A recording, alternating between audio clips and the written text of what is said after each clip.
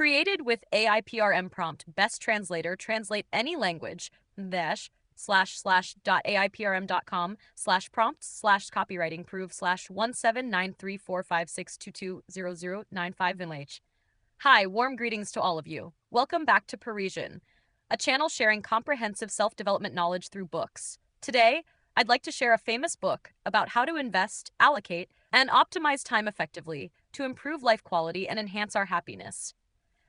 And that's the book I tentatively translated as The Golden Hours of Happiness by Czy Holmes. A pressing question arises. Does having more free time make us happier? Is this always true? In reality, within the hustle and bustle of modern life, many people feel like there's never enough time. Not enough to meet mounting deadlines. Not enough for oneself. Not enough for favorite activities. No time to exercise, read, or rest as planned. And so, each day passes with frustration, exhaustion, and self-blame. We always wish for more time and work hard to earn money, hoping that one day we'll enjoy more leisure. The author, American social psychologist Czy Holmes, refers to this feeling as time poverty.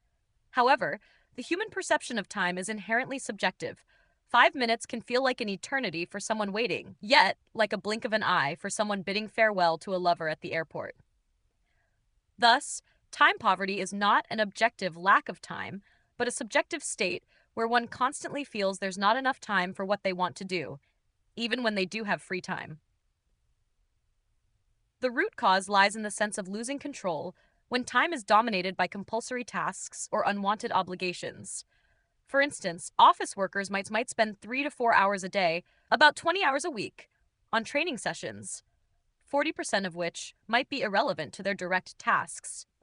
Caregivers for children or the elderly may spend up to 8 hours a day attending to chores, leaving no room for personal interests.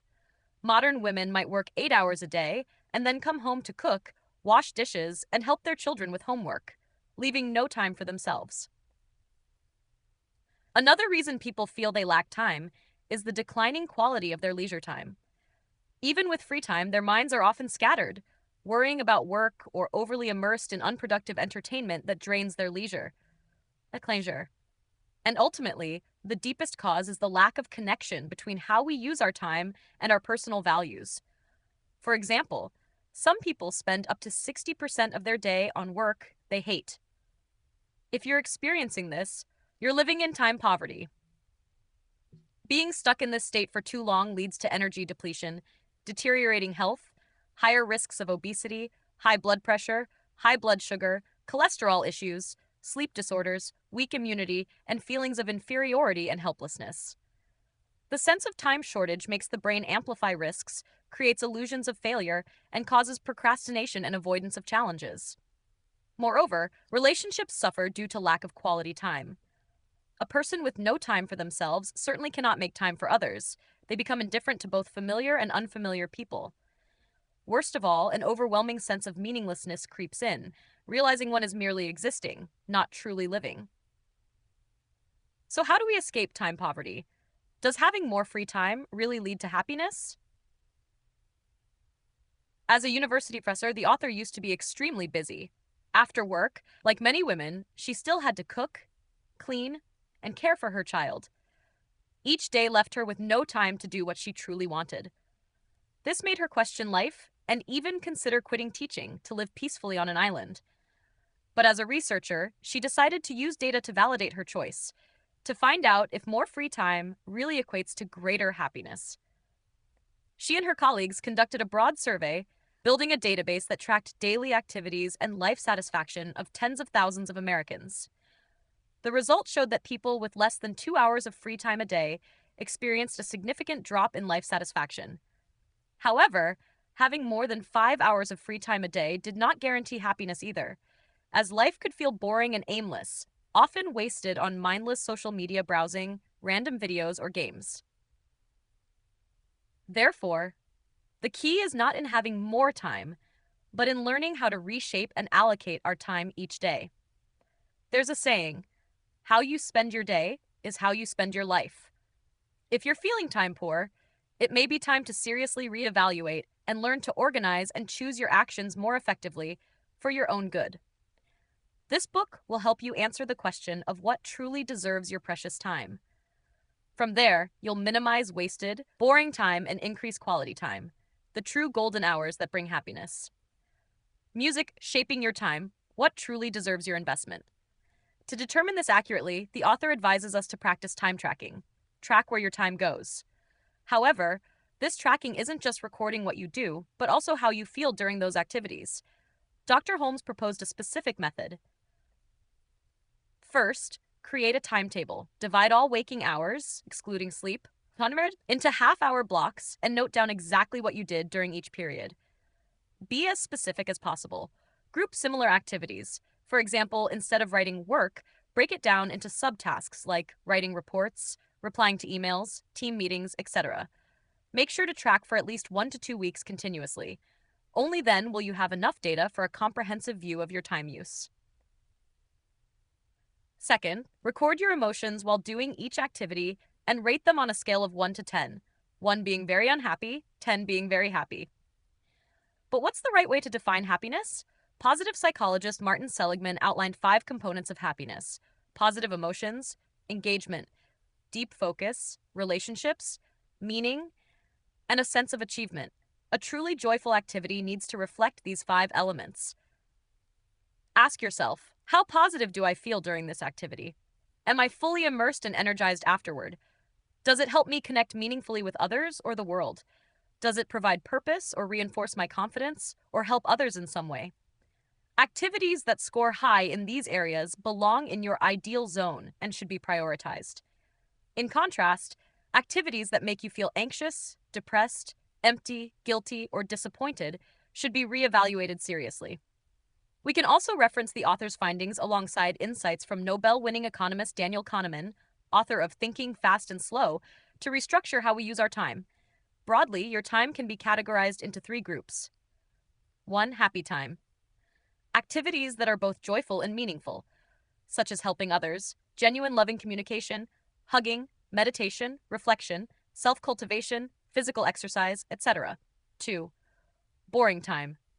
Activities that are either meaningful but not joyful, e.g. working, parenting, cooking, or joyful but not meaningful, e.g. eating, watching TV. Wasted time. Activities that are neither joyful nor meaningful, e.g. commuting, running errands, scrolling aimlessly. Of course, this classification is subjective, depending on each person's perception and life goals. For instance, one may find cooking boring, while another enjoys it deeply. So the key is to be honest with yourself in assessing what deserves your time. The next important section is time optimization strategies. To live a day where productivity and happiness blend harmoniously, the author suggests several strategies. 1. Time blocking. Treat your scheduled time with the same respect as you treat your life. Instead of letting days pass with regrets or work chaos, lock in golden time blocks for core values and don't allow other things to interfere. For instance, reserve your most alert morning hours for writing, deep study, or tackling hard tasks. Use low-energy times, like afternoon, for meetings or admin tasks. If your job isn't your passion, make the early morning your personal treasure. Sleep early, wake early, and use even just 45-60 minutes to develop yourself. Learn a new skill, read, meditate, or simply eat breakfast in peace. These golden hours, invested properly, can transform your life. Music. 2. Savoring each second. Once time blocks are secured for meaningful activities, be fully present in the moment. One of the biggest obstacles is the smartphone. How often do you resolve to sleep early or read only to lose hours to your phone? The truth is, we don't lack time. We lose it unconsciously. So choose decisively. Either fully live in the moment or consciously set boundaries. Place your phone out of reach. Designate a no-tech time, like 30 minutes after waking and 1 hour before bed. Try the 5-second rule. When you unconsciously grab your phone, stop, breathe deeply, and ask, is this helping me enjoy this moment or stealing my time? Keep a distraction log too. Every time you're tempted to switch tasks, note the time and reason. At the end of the day or week, review it to understand your time leaks and how to patch them. 3. Reducing wasteful and boring time. If you find certain tasks, like chores or commuting, draining, consider delegation or bundling. If finances allow, Hire help occasionally, e.g., weekly deep cleaning or use of smart appliances. Research shows people who spend money to save time are generally happier.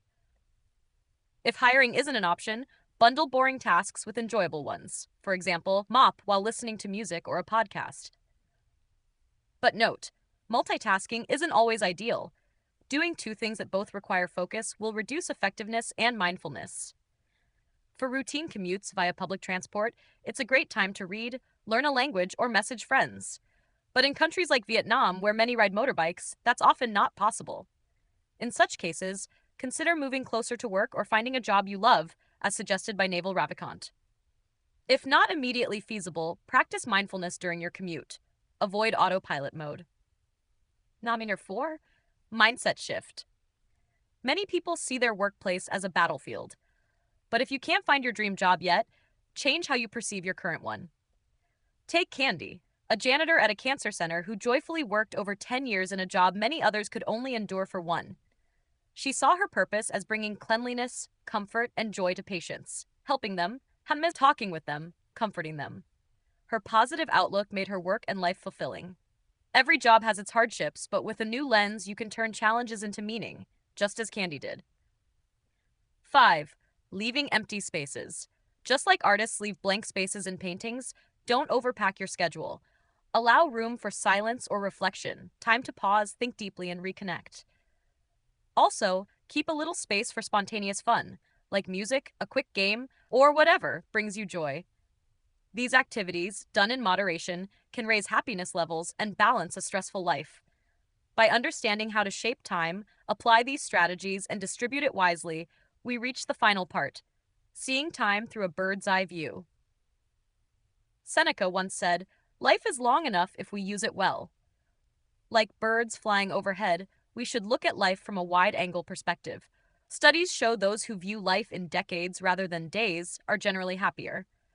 This mindset frees us from being imprisoned by the past or expectations. It reminds us we're part of a bigger picture. You don't need to get everything right now. Choosing the wrong major or career isn't failure. It's part of a long journey full of opportunities.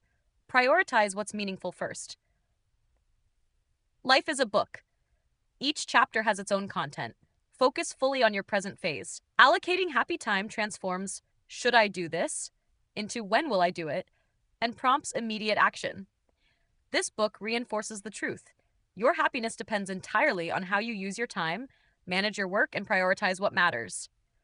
The time you spend today is your frequency, and the universe will echo it back with deserved resonance. That concludes today's book sharing. Wishing you mindful action in each moment, writing chapters of a life with no regrets. Thank you for listening. If you found this video helpful, share it with someone who needs it. Don't forget to like, subscribe, and turn on notifications to catch our newest videos weekly. Thank you again, and see you next time. Music. Click subscribe to see the latest videos.